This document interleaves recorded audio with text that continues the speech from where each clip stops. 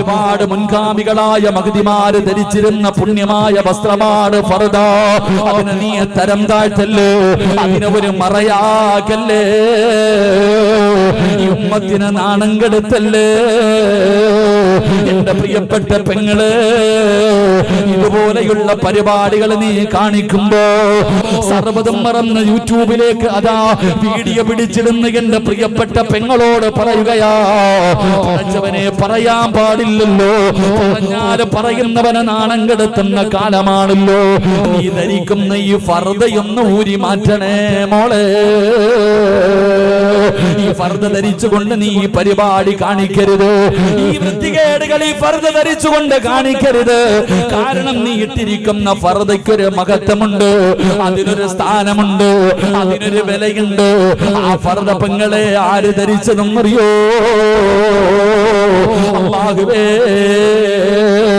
മഹദിയായ ഖദീജ ബീബി റളിയല്ലാഹു തആല അൻഹ ധരിച്ചതാ, മഹദിയായ ഫാത്തിമ ബീബി ധരിച്ചതാ, ആയിഷ ബീബി ധരിച്ചതാ, സുമയ്യ ബീബി ധരിച്ചതാ, ആസിയ ബീബി ധരിച്ചതാ, മറിയം ബീബി ധരിച്ചതാ, നഫീസത്തുൽ മിസ്രിയ ധരിച്ചതാ, മൈമൂനത്തുൽ മിസ്രിയ ധരിച്ചതാ, റാബിയത്തുൽ അദബിയ ധരിച്ചതാ. സർവ്വതും മറന്ന് യൂട്യൂബിലേക്ക് അതാ വീഡിയോ പിടിച്ചിടുന്ന എന്റെ പ്രിയപ്പെട്ട പെങ്ങളോട് പറയുകയാ, പറഞ്ഞവനെ പറയാൻ പാടില്ലല്ലോ, പറഞ്ഞാല് പറയുന്നവനെ നാണം കെടുത്തുന്ന കാലമാണല്ലോ. ഈ രാജ്യത്ത് നിനക്ക് എന്ത് വേണമെങ്കിലും ചെയ്യാൻ സ്വാതന്ത്ര്യമുണ്ട്, അതിനെ കുറിച്ച് ഞാൻ പറയുന്നില്ല. എന്റെ പ്രിയപ്പെട്ട പെങ്ങളോട് എനിക്കൊരു അപേക്ഷയേ ഉള്ളൂ, നിനക്ക് എന്ത് വേണമെങ്കിലും ചെയ്യാം, നിനക്കെന്തും ധരിക്കാം, എങ്ങനെ വേണമെങ്കിലും നിങ്ങൾക്ക് നടക്കാം. എന്റെ പ്രിയപ്പെട്ട പെങ്ങളോട് എനിക്കൊരേ ഒരു അപേക്ഷയേ ഉള്ളൂ, മോളെ നീ എവിടെ വേണമെങ്കിലും പൊക്കോ, എങ്ങനെ വേണമെങ്കിലും നീ അടിച്ചു പൊളിച്ച് ജീവിച്ചോ, പക്ഷേ ഒരു ഉപകാരം ചെയ്യണേ, ഒരേ ഒരു കരുണ കാണിക്കണേ. എന്താണ് ചെയ്യേണ്ടതെന്നറിയോ? ഒരുപാട് മുൻഗാമികളായ മഹദിമാര് ധരിച്ചിരുന്ന പുണ്യമായ വസ്ത്രമാണ് ഫർദ. അതിനെ നീ തരം താഴ്ത്തല്ലേ, അതിനെ ഒരു മറയാക്കല്ലേ, ഈ ഉമ്മത്തിനെ നാണം കെടുത്തല്ലേ. എന്റെ പ്രിയപ്പെട്ട പെങ്ങള്, ഇതുപോലെയുള്ള പരിപാടികൾ നീ കാണിക്കുമ്പോ നീ ചിന്തിക്കേണ്ടത്, നീ നാളെ ആരുടെ പുറകിൽ നിന്നാ സ്വർഗത്തിൽ പോകേണ്ടത്? അല്ലാഹുവിന്റെ പ്രവാചകന്റെ കരളിന്റെ കഷ്ടമായ മകള് ഫാത്തിമ ബീവി റളിയല്ലാഹു തആല അൻഹയുടെ പുറകിൽ നിന്ന് സ്വർഗത്തിൽ പോകാ കൊതിക്കുന്നവളാ.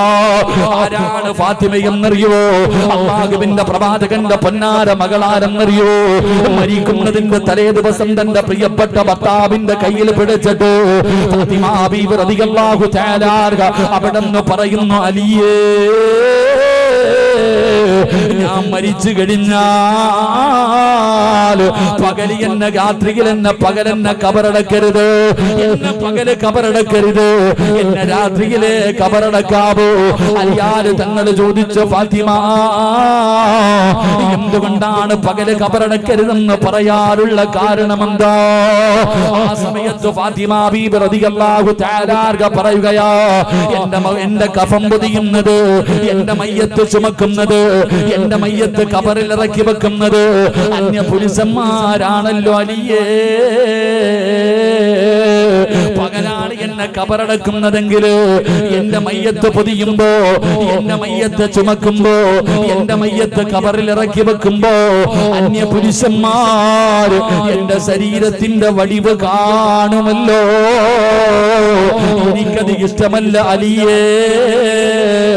അതുകൊണ്ട് രാത്രിയിലെ എന്നെ കബറടക്കാവോ എന്ന് പറഞ്ഞ ഫാത്തിമ ബീബി റളിയല്ലാഹു തആല അൻഹ ആ ഫാത്തിമയുടെ പുറകിൽ നിന്ന് സ്വർഗ്ഗത്തിൽ പോകാ കൊതിക്കുന്ന പെണ്ണ് എങ്ങനെ കഴിയുന്ന പൊന്നുമോള്, എങ്ങനെ കഴിയുന്ന പൊന്നുമോള്? നാണമില്ലേടാ ചെറുപ്പക്കാരാ? പിച്ചക്കാരി എടാ പൈസയില്ലാത്ത പാവപ്പെട്ട മരത്തിന്റെ ചുവട്ടിലും കടത്തിണ്ടെങ്കിലും കിടക്കുന്ന പാവങ്ങളുണ്ടല്ലോ, ആ പാവങ്ങൾ ധരിക്കുന്നത് പോലെ കീറിപ്പറഞ്ഞ വസ്ത്രവും ധരിച്ച് നടക്കുന്ന ഫക്കീറായ ചെറുപ്പക്കാരാ, എടാ പൈസയില്ലാഞ്ഞിട്ടല്ലോ, വാങ്ങാൻ പണമില്ലാഞ്ഞിട്ടല്ലോ, പൈസ കൊടുത്ത് കീറിയ പാൻറ് മിറ്റിട്ട് നിന്റെ തുടയും നിന്റെ ഔറത്തും നാട്ടുകാർ പ്രദർശിപ്പിക്കുന്ന യുവത്വേ, വഴുത് കഴിഞ്ഞിട്ട് പോകുമ്പോ റോഡിലൂടെ പോകുമ്പോ പടച്ചവനെ മുണ്ട് മടക്കി കുത്തിയിട്ട് ഔറത്ത് വെളിയിൽ കാണിച്ചുകൊണ്ട് നാട്ടിലെ പെണ്ണുങ്ങൾക്കും ആണുങ്ങൾക്കും പ്രദർശനം നടത്തുന്ന വാപ്പാ,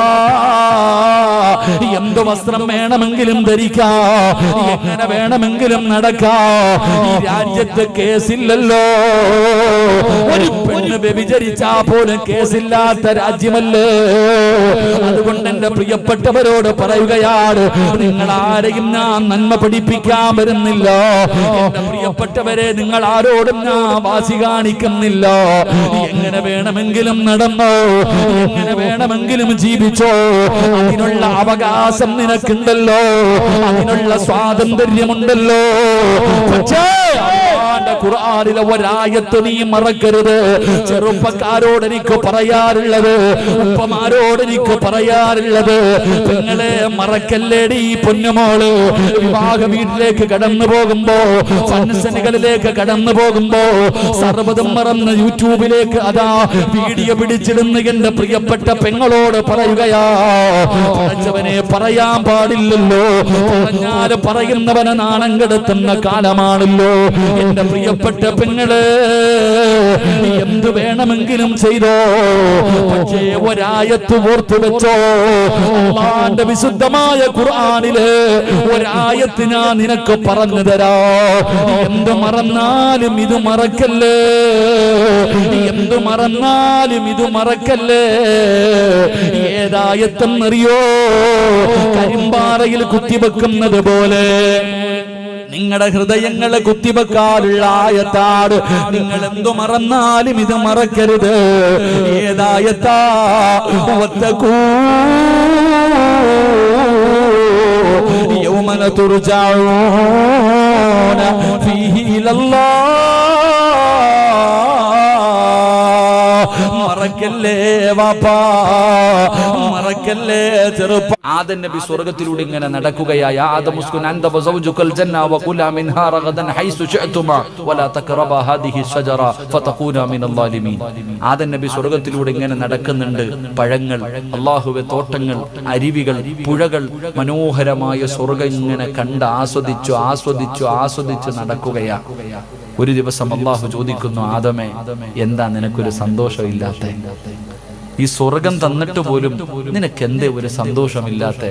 ആദം നബി പറഞ്ഞ മറുപടി എന്തെന്നറിയോ? ഒറ്റയ്ക്ക് നടന്നിട്ടൊരു സുഖമില്ല.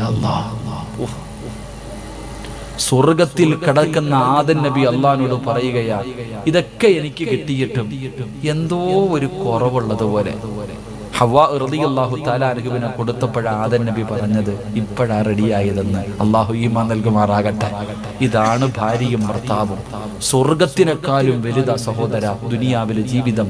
ഭാര്യയും ഭർത്താവും തമ്മിലുള്ള ജീവിതം തന്നെ സ്വർഗമാണ്. അള്ളാഹു ഈമാൻ നൽകുമാറാകട്ടെ.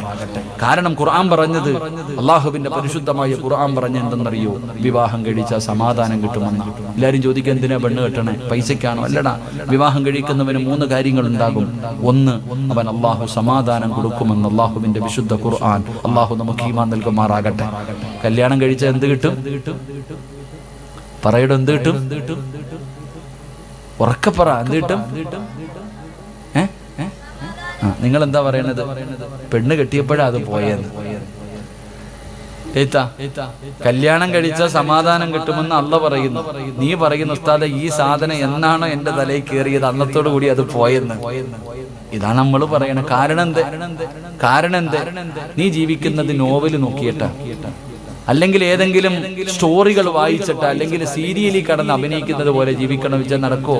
നിന്റെ പാവപ്പെട്ട അബൂബക്കർ ആക്ക എവിടെ തൂക്കിക്കൊണ്ട് പോയാലും നിന്നെ എന്റെ പ്രിയപ്പെട്ടവരെ, ഞാൻ പറഞ്ഞു വന്നത് അള്ളാഹുവിന്റെ പ്രവാചകൻ സല്ലല്ലാഹു അലൈഹി വസല്ലമ തങ്ങളുടെ മകൾ, അവിടെ നിന്ന് അള്ളാഹുവിന്റെ റസൂല് തന്റെ പൊന്നുമകളെ റുഖിയ ബീബി റളിയല്ലാഹു തആല അൻഹയ്ക്ക് പോയി ഖിദ്മത്ത് ചെയ്യാൻ ഭർത്താവിനോട് പറഞ്ഞു കൊടുത്തത്. അതുകൊണ്ട് നിങ്ങൾ അടുക്കളയിലൊക്കെ ഒന്ന് പോകണം, ആഴ്ചയിൽ ഒരു ദിവസം അടുക്കളയിൽ ഒന്ന് പോയി ആ പാവപ്പെട്ടവരുടെ കൂടെ നിൽക്കണം, സഹായിക്കണം.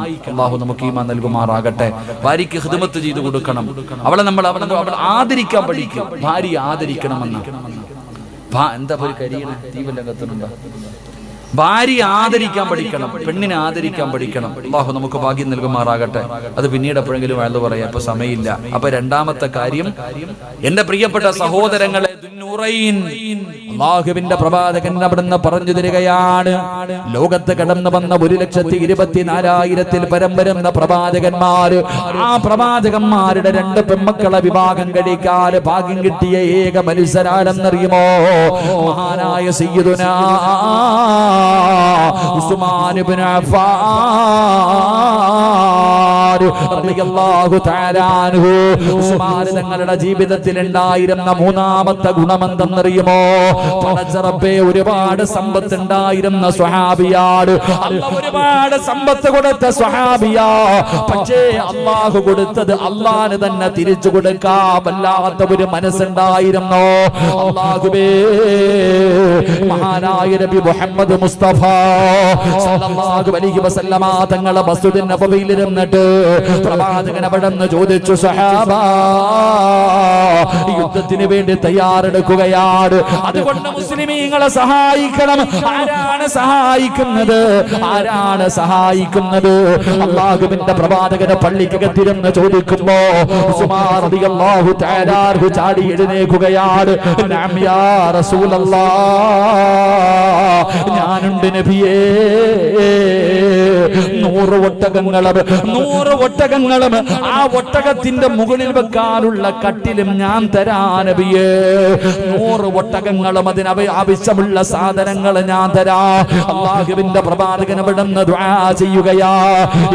കുറച്ചു സമയം കഴിഞ്ഞോ അല്ലാഹുവിന്റെ റസൂൽ ചോദിച്ചു, ഇനി ആരാ ഉള്ളത്? ഇനി ആരാ ഉള്ളത്? നഅം യാ റസൂലല്ലാഹ്, ഞാനുണ്ട് നബിയേ. 200 ഒട്ടകങ്ങളെ കൂടെ തരാ നബിയേ. ആദ്യം 100 കൊടുത്തു, പിന്നെ 200 കൊടുത്തു. അല്ലാഹുവിന്റെ പ്രവാചകൻ അവിടുന്ന് ദുആ ചെയ്തു. പിന്നെയും ചോദിക്കുന്നു, സ്വഹാബ, ആരുണ്ട് സഹാബ? നഅം യാ റസൂലല്ലാഹ്, 300 കൂടെ തരാ നബിയേ. 300 കൂടെ തരാ നബിയേ.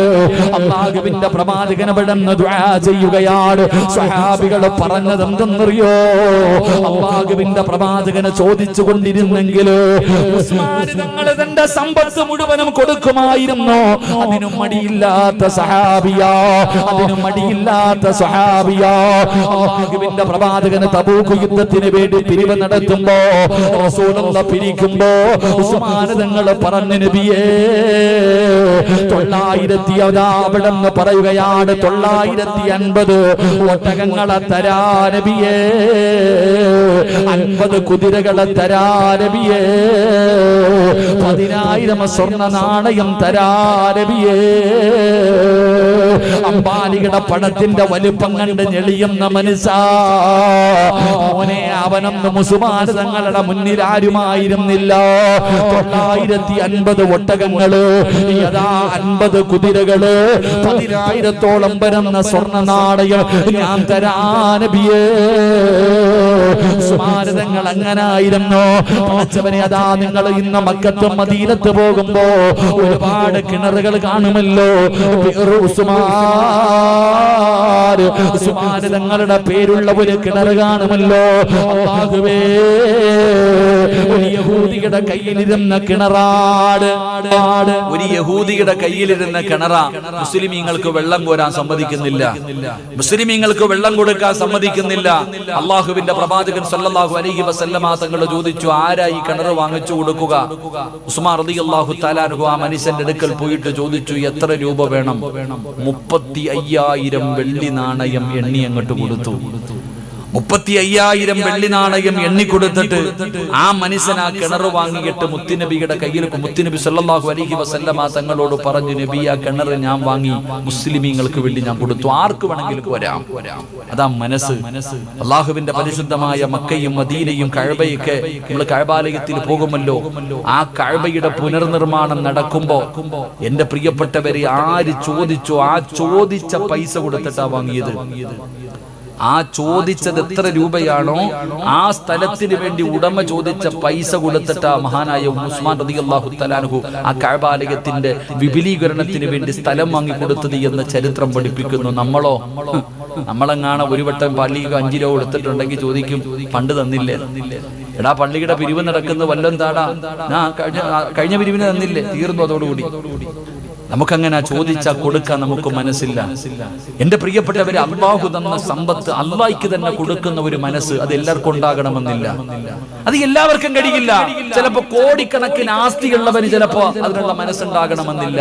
വാടക വീട്ടിൽ കിടക്കുന്ന അതിലെ വഴുതിന് വരുന്ന പെണ്ണുങ്ങൾ സ്വർണ്ണാഭരണം ഇട്ടുകൊണ്ട് ഗൾഫുകാരന്റെ ഭാര്യ സുഖിച്ചിരിക്കുമ്പോ, ഉസ്താദെ ഒരു മോതിരം എന്തിനാ? 8 ലക്ഷം കടവുണ്ട് ഉസ്താദെ, ദുആ ചെയ്യാൻ. നിനക്ക് 1 രൂപ കടവില്ല, 8 ലക്ഷം വീടിനകത്തിരിക്കുന്നുണ്ട്. നിന്റെ വീടിന്റെ അലമാരിക്കകത്ത് 10ഉം 25ഉം പവൻ നീ കെട്ടിവെച്ചിട്ടുണ്ട്. നിനക്ക് മനസ്സില്ല. പക്ഷേ കടക്കാരിയായ കേറിക്കിടക്കാൻ വീടില്ലാത്ത പെങ്ങള് തന്റെ കയ്യിൽ കിടന്ന് ദൂരി തരുന്നത് അതൊരു മനസ്സാ. അത് അള്ളാഹു കൊടുക്കുന്നതാ. അത് അള്ളാഹു കൊടുക്കുന്നതാ. കാരണം എന്റെ പ്രിയപ്പെട്ടവരെ, ഒരു മനുഷ്യന് 1 രൂപ സദഖ കൊടുക്കണമെങ്കിൽ 70 ശൈത്താൻ കയ്യിൽ പിടിക്കും. 70 ശൈത്താൻ കയ്യിൽ പിടിച്ചിട്ട് പറയും, ദാരിദ്ര്യം വരും, മക്കളെ കെട്ടിക്കണം, വീട് വെക്കണം, കൊറോണ വരുന്നുണ്ട്, ലോക്ക്ഡൌൺ വരും, കച്ചവടം തകർന്നു പോകും, അതുകൊണ്ട് കൊടുക്കല്ലേ കൊടുക്കല്ലേ എന്ന് 70 ശൈത്താന്മാര് കയ്യിൽ പിടിച്ചുകൊണ്ട് പറയും. ആ 70 പേരെ തള്ളിയിട്ടാലേ നിനക്ക് 1 രൂപ സദഖ കൊടുക്കാൻ കഴിയൂ എന്ന് ആദരവായ പ്രവാചകൻ നബി മുഹമ്മദ് മുസ്തഫ. അതാണ് ചിന്തിക്കേണ്ടത്. എല്ലാവർക്കും കഴിയുന്ന ഒരു കാര്യമല്ല. എന്റെ പ്രിയപ്പെട്ടവരെ, അള്ളാഹു ഇഷ്ടപ്പെട്ടവർക്ക് മാത്രമേ സദഖ കൊടുക്കാൻ പറ്റൂ. അത് നല്ല കാര്യത്തിന് വേണ്ടി ഗാനമേളയ്ക്ക് കൊടുക്കാം, ഫുട്ബോൾ കളിക്ക് കൊടുക്കാം, ഫ്ലക്സ് വെക്കാൻ കൊടുക്കാം, അല്ലെങ്കിൽ പത്രത്തിൽ വരുമെങ്കിൽ കൊടുക്കാം. അള്ളാഹു ഇഷ്ടപ്പെട്ട കാര്യങ്ങൾക്ക് വേണ്ടി സദഖ കൊടുക്കണമെങ്കിൽ അതിന് അള്ളാഹ് ഇഷ്ടപ്പെടുക തന്നെ ചെയ്യണം. അള്ളാഹു നമുക്ക് ഈവ നൽകുമാറാകട്ടെ. സംഘാടകർ ബക്കറ്റുമായിട്ട് നിങ്ങളുടെ മുന്നിലേക്ക് കടന്നു വരുന്നു. എന്തിനു വേണ്ടി എന്നറിയുമോ? ഈ പള്ളിയുടെ വരുമാനത്തിന് വേണ്ടി ഒരു 5 സെന്റ് വാങ്ങാൻ, ഒരു 5 സെന്റ് സ്ഥലം വാങ്ങാൻ. അൽഹംദുലില്ലാഹ്, അള്ളാഹുവിന്റെ പള്ളിക്ക് വേണ്ടി എന്റെ പ്രിയപ്പെട്ടവരെ, അവര് നിങ്ങളുടെ മുന്നിലേക്ക് കടന്നു വരികയാ. ഇബ്ലീസ് കടന്നു വന്നു. ഓരോ മനുഷ്യന്റെ ചാരത്തും, ഓരോ വ്യക്തിയുടെ ചാരത്തും ഇബ്ലീസ് കടന്നു വന്നു. 70 അല്ല 700 എണ്ണം അടുത്ത് വന്ന് നിൽക്കുന്നുണ്ട്. കൊടുക്കല്ലേ കൊടുക്കല്ലേ. ഇന്ന് നിങ്ങൾ അവരെ പരാജയപ്പെടുത്തിയാൽ, ഇന്ന് നിങ്ങൾ ആരെങ്കിലും അവനെ പരാജയപ്പെടുത്തിയാ, പെങ്ങളെ രക്ഷപ്പെടും. പെങ്ങളെ നിനക്ക് രക്ഷപ്പെടാൻ കഴിയും.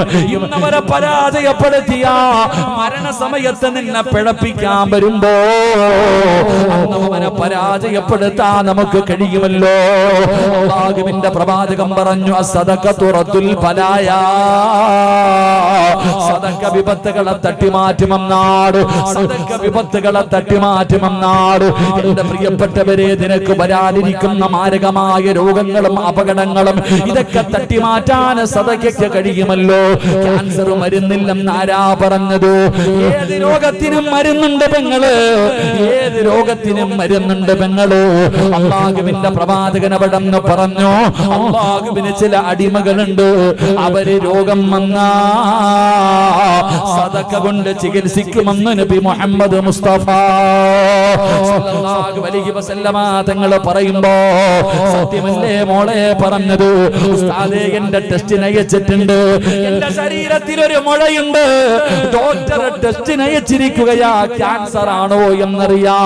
അപ്പൊ നിനക്ക് 500ഉം 1000ഉം കൊടുക്കാൻ മനസ്സുണ്ടല്ലോ. അപ്പൊ പടച്ചവനെ വരുന്ന ഉസ്താദേ, ടെസ്റ്റിന് അയച്ചിട്ടുണ്ട്, എനിക്കൊന്നുമാകരുത്, എനിക്കൊന്നുമാകരുത്. പള്ളിക്ക് ഞാൻ 1000 തരാ, 500 തരാ.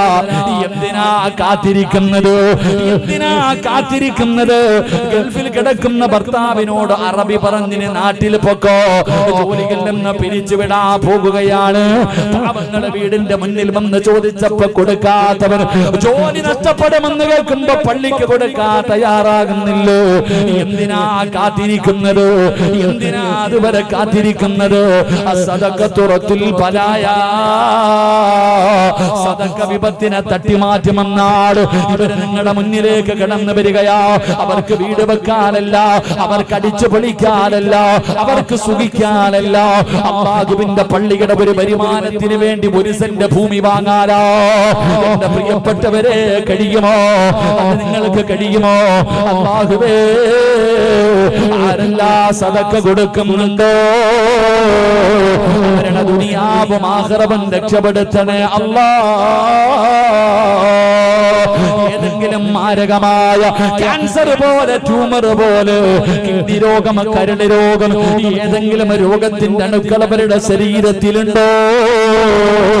ഈ സദഖയുടെ ബറക്കത്ത് കൊണ്ട് കരിച്ച് കളയണേ അല്ലാ. ഒരു പനിയാക്കി മാറ്റണേ അല്ലാ.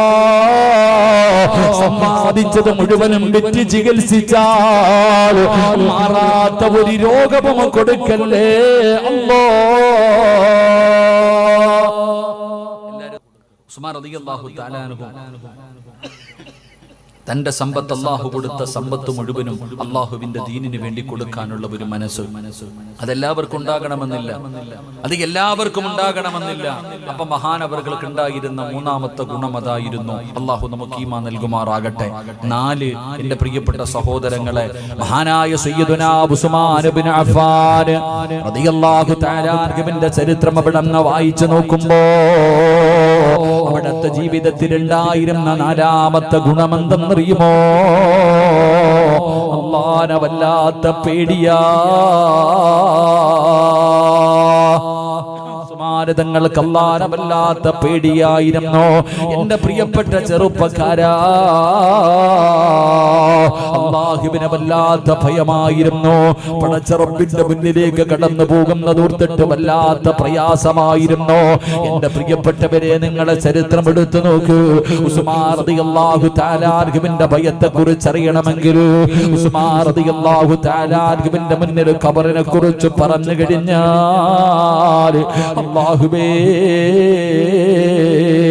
ഉസ്മാൻ തങ്ങൾ കരയുകയാണ്. ഉസ്മാൻ തങ്ങൾ കരയുകയാണ്. ഖബർ കണ്ടു കഴിഞ്ഞാൽ ഉസ്മാൻ തങ്ങൾ ഖബറിന്റെ ചാരത്തിങ്ങനെ കരഞ്ഞ് തളർന്നു വീഴുമായിരുന്നു. അത്രയ്ക്കും പേടിയായിരുന്നു. സ്വഹാബത്ത് ചോദിക്കുന്നു, ഉസ്മാൻ തങ്ങളെ, നരകം പറയുമ്പോ നിങ്ങൾ ഇതുപോലെ കരയാറില്ലല്ലോ, മരണം പറയുമ്പോ നിങ്ങൾ ഇതുപോലെ കരയാറില്ലല്ലോ, മഹ്ശറയെ കുറിച്ച് പറയുമ്പോ നിങ്ങൾ ഇതുപോലെ കരയാറില്ലല്ലോ, എന്തുകൊണ്ടാണ് ഖബറിനെ കുറിച്ച് പറയുമ്പോ നിങ്ങൾ വല്ലാതെ കരയുന്നല്ലോ, ഖബർ കണ്ടാ കരയുന്നല്ലോ ഉസ്മാൻ തങ്ങളെ? അതിന്റെ കാരണം എന്താണെന്ന് ഉസ്മാൻ തങ്ങളോട് സ്വഹാബത്ത് ചോദിക്കുമ്പോ അവിടുന്ന് പറഞ്ഞു കൊടുത്ത മറുപടി എന്തെന്നറിയോ? ഞാൻ ഖബർ കാണുമ്പോ കരയാറുള്ള കാരണം എന്താ? എന്റെ പ്രിയപ്പെട്ടവരെ, നമ്മൾ കരയാറുണ്ടോ? നമ്മൾ ഖബറിനെ കുറിച്ച് ചിന്തിക്കാറുണ്ടോ? നമുക്കൊരു പേടിയുണ്ടോ സഹോദരാ? ഖബറെന്നു കേട്ടാൽ തൽക്ഷണം ഞെട്ടേണ്ടതാ, കണ്ടാലുടൻ വാ വിട്ടു നീ കരയേണ്ടതാ. മേടയ്ക്കു പകരം മളമാ സുബ്ഹാന റബ്ബിയതിൽ കിടക്കേണ്ടതാ നസുമാന. ഇതൊക്കെ ചിന്തിച്ചു നീ കരയുക സോദരാ, എങ്കിൽ സുറൂറായി നീ കിടക്കും മറുകരാ. ഉസ്മാൻ റളിയല്ലാഹു തആല അൻഹു ഖബർ കാണുമ്പോ ഖബറിനെ കുറിച്ച് പറയുമ്പോ കരയുകയാണ്. കരയാറുള്ള കാരണം എന്തെന്നറിയോ? ഉസ്മാൻ തങ്ങൾ പറഞ്ഞല്ലോ, ഏതെങ്കിലും ഒരു മനുഷ്യന് ഖബറിന്റെ അകത്ത് രക്ഷപ്പെട്ടു കഴിഞ്ഞാൽ ബാക്കിയുള്ള സ്ഥലങ്ങൾ മുഴുവനും രക്ഷപ്പെടുകയാണ്. ആരെങ്കിലും ഖബറിനകത്ത് പരാജയപ്പെട്ടാൽ ബാക്കിയുള്ള സ്ഥലങ്ങൾ മുഴുവനും പരാജയം പരാജയപ്പെടുകയാണ്. എന്റെ പ്രിയപ്പെട്ടവരെ, ഉസ്മാൻ തങ്ങൾ കരയാനുള്ള കാരണം എന്തെന്നറിയുമോ? അവിടെ പറഞ്ഞു, സ്വഹാബ, ഉസ്മാൻ ഈ ദുനിയാവിൽ ജീവിക്കുമ്പോ എന്റെ കൂടെ മാതാപിതാക്കളും ഭാര്യയും മക്കളും കൂടപ്പറപ്പുകളും കുടുംബക്കാരും കൂട്ടുകാരും ഉണ്ടല്ലോ. ഉസ്മാന് ഒറ്റയ്ക്കല്ലല്ലോ. ഈ സദസ്സിലിരിക്കുന്ന പെങ്ങള്, ഇന്ന് നീ ജീവിക്കുമ്പോ നിന്റെ കൂടെ നിന്റെ ഉമ്മയുണ്ട്, നിന്റെ ബാപ്പയുണ്ട്, നിന്റെ ഭർത്താവുണ്ട്, നിന്റെ മക്കളുണ്ട്, നിന്റെ കുടുംബക്കാരുണ്ട്, നിന്റെ കൂടപ്പറപ്പുണ്ട്, നിന്റെ കൂട്ടുകാരുണ്ട്. നാളെ പടച്ചറപ്പിന്റെ പരലോകത്തേക്ക് നിങ്ങൾ കടന്നു പോകുമ്പോ അവിടെ നിങ്ങൾ ഒറ്റയ്ക്കല്ല. അല്ലാഹുവേ, ആദം നബി അലൈഹിസ്സലാം മുതൽ അഷ്റഫുൽ ഖൽഖായ തങ്ങളെ വരെയുള്ള 1,24,000 പരം വരുന്ന പ്രവാചകന്മാരും അവരുടെ അനുയായികളും മുഴുവനും നാളെ പരലോകത്തുണ്ടല്ലോ. ഇനി അല്ലാഹു നിങ്ങൾക്ക് സ്വർഗം നൽകിയാൽ ആ സ്വർഗത്തിൽ അല്ലാഹു ഇഷ്ടപ്പെട്ടവരുടെ കൂടെ നിനക്ക് സ്വർഗത്തിൽ നടക്കാമല്ലോ. ഇനി അല്ലാഹു എങ്ങാടും നിങ്ങളെ നരകത്തിൽ വലിച്ചെറിഞ്ഞാൽ ആ നരകത്തിൽ അബൂജഹലും ഉത്ബത്തും ശൈബത്തും നമ്രൂദും ഖാറൂനും ഫിറഔനും ഇബ്ലീസുമല്ല ആ നരകത്തിലുണ്ടല്ലോ. എവിടെ പോയാലും ആള് കൂടെയുണ്ടല്ലോ. എവിടെ പോയാലും ആള് കൂടെയുണ്ടല്ലോ. പക്ഷേ ഒരു മനുഷ്യൻ ജീവിതത്തിൽ ഒറ്റയ്ക്ക് പോയി കിടക്കുന്ന ഒരേ ഒരു സ്ഥലമേ ഉള്ളൂ. ജീവിതത്തിൽ ഒറ്റയ്ക്ക് പോയി കിടക്കുന്ന ഒരേ ഒരു സ്ഥലമേ ഉള്ളൂ. എന്റെ വഴുത് കേൾക്കാമെന്ന ചെറുപ്പക്കാരോട്, വാപ്പമാരോട്, ഉമ്മ പെങ്ങളോട് പറയുകയാ, ഇന്നിവിടന്ന് വഴുത് കടിഞ്ഞ് പിരിഞ്ഞ് നിന്റെ വീട്ടിലേക്ക് കടന്നു ചെന്നോ. ഭക്ഷണം കടിച്ച് എല്ലാവരും കിടക്കാൻ തയ്യാറാകുമ്പോ നിന്റെ വീടിന്റെ അകത്ത്, ബെഡ്റൂമിന്റെ അകത്ത് ലൈറ്റ് അണച്ച്, ഫാൻ അണച്ചിട്ട്, വീട്ടിലെ ലൈറ്റ് മുഴുവനും അടച്ചിട്ട് നിനക്കൊരു 5 മിനിറ്റ് ഒറ്റയ്ക്കിരിക്കാൻ കഴിയുമോ പെങ്ങളെ? നീ രാത്രിയിലിരിക്കണ്ട. നാളെ ഉച്ച സമയത്ത് 12 മണിയാകുമ്പോ നിന്റെ റൂമിന്റെ അകത്ത് വാതിലടച്ചിട്ട് ഒരു 5 മിനിറ്റ് നിനക്കൊറ്റയ്ക്കിരിക്കാൻ പേടിയല്ലേ? കാരണം നീ ഒറ്റയ്ക്കിരുന്ന് ശീലിച്ചിട്ടില്ലല്ലോ. എങ്കിലല്ലാ സുമാരുതങ്ങൾ പറയുകയോ, എന്റെ പ്രിയപ്പെട്ട ചെറുപ്പക്കാരാ, നിന്റെ വീട്ടുകാര് മുഴുവനും നിന്റെ മയ്യത്ത് കുളിപ്പിച്ചിട്ട് അവസാനം 3 കഷ്ടം വെള്ള തുണിയുടെ മുകളിൽ കൊണ്ടുവന്ന് മലർത്തി കിടത്തിയിട്ട് മൂക്കിന്റെ ദ്വാരം പഞ്ഞി കൊണ്ടടയ്ക്കുന്നേ. കാണേണ്ടവർ കണ്ടോ, ഇതാ പൊതിയുന്നേ. മയ്യത്തുകട്ടില് തോളിലേക്കുയരുന്നേ. പുരയ്ക്കുള്ളിലപ്പോൾ രോദനം ഉയരുന്നേ. അരുമക്കിടാങ്ങൾ വാപ്പയെ വിളിക്കുന്നേ. അതിനുത്തരം നൽകാതെ നീ കിടക്കുന്നേ. നിന്റെ മയ്യത്ത് കുളിപ്പിച്ച് വീടിന്റെ അകത്ത് 3 കഷ്ടം വെള്ള തുണിയുടെ മുകളിൽ കൊണ്ടുവന്ന് കിടത്തിയിട്ട് നിന്റെ വാപ്പയും നിന്റെ ഭർത്താവും നിന്റെ സഹോദരനും വിളിച്ചു പറയുകയാ, പുതിയാ പോകുകയാണ്, പുതിയാ പോകുകയാണ്. കാണേണ്ടവരൊക്കെ കണ്ടുകൊള്ളാറ്. അങ്ങനെ മയ്യത്ത് കാണാ തിരക്ക് കൂട്ടുമ്പോ നിന്റെ ഉപ്പയാ പറയുന്നത്, നിന്റെ ഭർത്താവാ പറയുന്നത്, നിന്റെ പൊന്നുമക്കളും പറയുന്ന കണ്ടതൊക്കെ മതി പൊതിഞ്ഞുകൊള്ളാ. അല്ലാഹുവേ, 3 കറ്റം വെള്ള തുണിയിൽ 3 കെട്ടുകൾ കെട്ടികെട്ട് പൊതിഞ്ഞിട്ട് ഇവിടത്തെ പള്ളിയിൽ നിന്ന് കൊണ്ടുവന്ന മയ്യത്ത് കട്ടിലിന്റെ മുകളിലേക്ക് നിന്റെ ജനാസ എടുത്തു വെക്കുമല്ലോ. അപ്പടാടാ നിലവിളി കേൾക്കുന്നത്, നെഞ്ചു പൊട്ടികെട്ട് കരയുന്നത് കേൾക്കുന്നതപ്പടാ. ഏതൊരു മനുഷ്യന്റെയും ഹൃദയം പിടഞ്ഞു പോകുന്നതപ്പഴാട്. മരണ വീട്ടിൽ നിന്ന് മയ്യത്ത് വീടിന്റെ വെളിയിലേക്ക് ഇറക്കുമ്പോ എന്റെ ഉപ്പാരെ കൊണ്ടുപോകല്ലേ, എന്റെ ഉമ്മാരെ കൊണ്ടുപോകല്ലേ, എന്റെ ഇക്കാരെ കൊണ്ടുപോകല്ലേ എന്ന് നെഞ്ചു പൊട്ടിയിട്ട് മക്കള് കിടന്ന് വിലവിളിക്കുന്ന ഒരു ദിവസം വരുമല്ലോ. അവസാനം ഇവിടത്തെ പള്ളിയിൽ കൊണ്ടുവന്ന് നിസ്കാരം കഴിഞ്ഞോ 6 അടി മണ്ണിനകത്ത് ഇറക്കി വെച്ച് പലകയെടുത്ത് നിരത്തിയിട്ട് മിൻഹാ ഖലഖനാകും വഫീഹാ നുഈദുകും വമിൻഹാ നുഖ്രിജുകും താറത്തൻ നുഖ്റാ. ഇടിമണ്ണ് വാരി എറിഞ്ഞിട്ട് എല്ലാവരും പറയുന്നു മഅസ്സലാമാ. ഒറ്റയ്ക്കാ മോളെ, വീടിന്റെ റൂമിന്റെ അകത്ത് ഒറ്റയ്ക്കിരിക്കാ പേടിച്ച നീ ഖിയാമത്ത് നാള് വരെ, നാളെ മഹ്ശറയുടെ ദിനം വരെ പള്ളിപ്പറമ്പിൽ 6 അടി മണ്ണിന്റെ അകത്ത് കിടക്കാതിരക്ക് ധൈര്യമുണ്ടോ? എങ്ങനെ കിടക്കും വാപ്പാ? അതുകൊണ്ടാണ് ഉസ്മാൻ തങ്ങൾ പറയുന്നത്, ഖബർ പറയുമ്പോ എനിക്ക് ഖബർ കാണുമ്പോ ഞാൻ ഒറ്റയ്ക്ക് പോയി കിടക്കണമല്ലോ അല്ലാ. അതോർത്തത് കൊണ്ടാ എന്റെ കണ്ണ് നിറയുന്നത്. അല്ലാഹുവിനെ വല്ലാത്ത പേടിയാ. അതുകൊണ്ട് എന്റെ പ്രിയപ്പെട്ട ചെറുപ്പക്കാരോട് പറയുന്നു, അല്ലാഹുണ്ടടാ, അല്ലാഹുവിനെ പേടിച്ച് ജീവിക്ക്. ഫമയ്യഅമൽ മിസ്കാല ദർറത്തിൻ ഖൈറൻ യറാ വമയ്യഅമൽ മിസ്കാല ദർറത്തിൻ ശർറൻ യറാ. ഒരു കടുകുമണിയുടെ അളവ് നന്മയാണെങ്കിലും തിന്മയാണെങ്കിലും നാളെ റബ്ബ് നിന്നോട് ചോദിക്കുമല്ലോ. അതുകൊണ്ട് എന്തേ ചിന്തിക്കാത്തത്? അല്ലാഹുവിനെ ഭയന്ന് ജീവിച്ചുകൂടെ? അല്ലാഹുവിനെ പേടിച്ച് ജീവിച്ചുകൂടെ? അല്ലാതെ ദുനിയാവിന്റെ തൊലിക്ക് മുകളിലൂടെ നെഞ്ചു പിരിച്ച് സർവ്വതും മറന്നുകൊണ്ട് നടക്കുന്നവരില്ലേ? കള്ള് കുടിക്കുന്നവരില്ലേ? വ്യഭിചരിക്കുന്നവരില്ലേ? പലിശ തിന്നുന്നവരില്ലേ? നിസ്കരിക്കാത്തവരില്ലേ?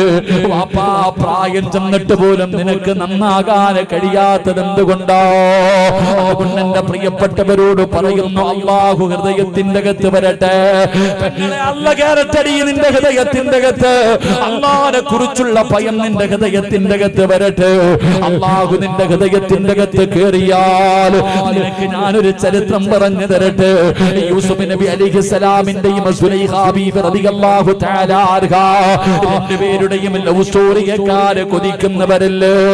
യൂസുഫ് നബിയെ പ്രണയിച്ച സുലൈഖയുടെ ചരിത്രം കേൾക്കാൻ കൊതിക്കുന്ന പെങ്ങളെ, നിനക്കറിയുമല്ലോ ഈജിപ്തിന്റെ ഭരണാധികാരിയായ അതാ പടച്ചവനെ സുലൈഖ എന്ന് പറയുന്ന പെണ്ണ് യൂസുഫ് നബി അലൈഹിസ്സലാമിനെ തന്റെ മണിയറയുടെ കൊട്ടാരത്തിന്റെ മണിയറയ്ക്കകത്ത് വിളിച്ചു കയറ്റിയിട്ട് യൂസുഫ് നബി അലൈഹിസ്സലാമിന്റെ ശരീരത്തിലേക്ക് കയറി പിടിച്ചിട്ട്, യൂസുഫേ,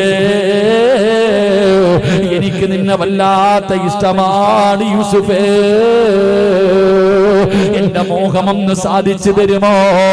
യൂസുഫ് നബി അലൈഹിസ്സലാമിനോട് സുലൈഖ എന്ന് പറയുന്ന സുന്ദരിയായ പെണ്ണവിടന്ന് യാചിച്ചപ്പോ അല്ലാഹ് ഖാല മആദല്ലാഹ്,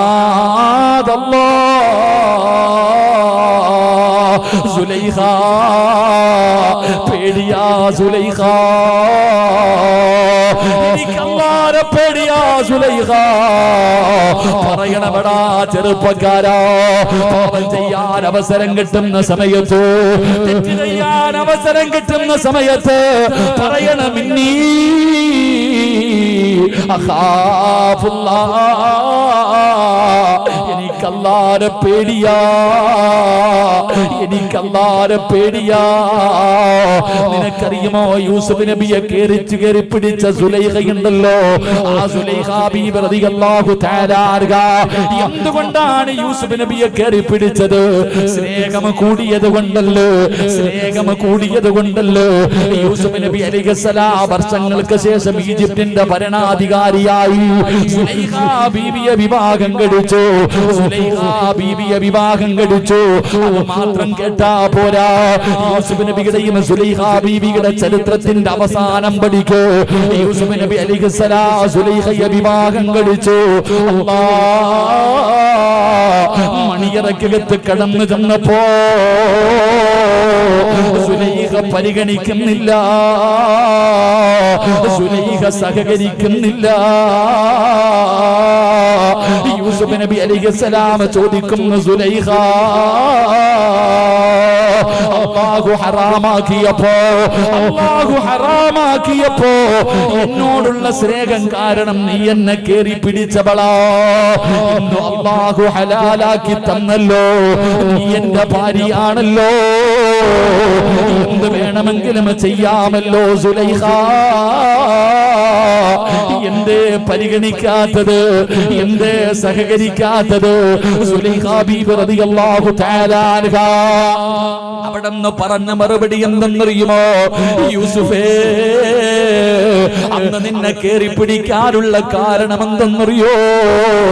എന്റെ ഹൃദയം നിറയെ നീയായിരുന്നു യൂസുഫേ, എന്റെ ഹൃദയം നിറയെ നീയായിരുന്നു യൂസുഫേ. നിന്നോട് എനിക്ക് വല്ലാത്ത പ്രണയമായിരുന്നു, നിന്നോട് എനിക്ക് വല്ലാത്ത ഭ്രാന്തായിരുന്നു. അതുകൊണ്ടാണ് നിന്നെ ഞാനെന്ന് കേറി പിടിച്ചത്. പക്ഷേ ഹൃദയത്തിന്റെ അകത്ത് നീയില്ല യൂസുഫേ, എന്റെ ഹൃദയത്തിന്റെ അകത്ത് നീയല്ല. എനിക്ക് അല്ലാഹനെ വല്ലാത്ത ഇഷ്ടമാ, എനിക്ക് അല്ലാഹരോട് വല്ലാത്ത സ്നേഹമാ. അതുകൊണ്ടാണ് എനിക്ക് നിന്നെ പരിഗണിക്കാൻ പറ്റാത്തത്, നിന്നോട് സഹകരിക്കാൻ കഴിയാത്തത് എന്ന് സുലൈഖാ ബീവി റളിയല്ലാഹു തആല അൻഹ പറഞ്ഞു കൊടുത്തെന്ന് ചരിത്രം പറയുമ്പോ ഹൃദയത്തിന്റെ അകത്ത് അല്ലാഹനോടുള്ള പേടി വരണം ചെറുപ്പക്കാരാ. പ്രതിഫലം എന്തെന്നറിയോ? നിസ്കരിക്കുന്നവനൊരു സ്വർഗമുണ്ട്, ഖുർആൻ ഓതുന്നവന് സ്വർഗമുണ്ട്, സദഖ കൊടുക്കുന്നവനൊരു സ്വർഗമുണ്ട്, ഹജ്ജ് ചെയ്തവന് സ്വർഗമുണ്ട്, നോമ്പ് പിടിച്ചവന് സ്വർഗമുണ്ട്. പക്ഷേ അല്ലാഹ് പറയുകയാ, ഒരാൾക്ക് രണ്ട് സ്വർഗമാ.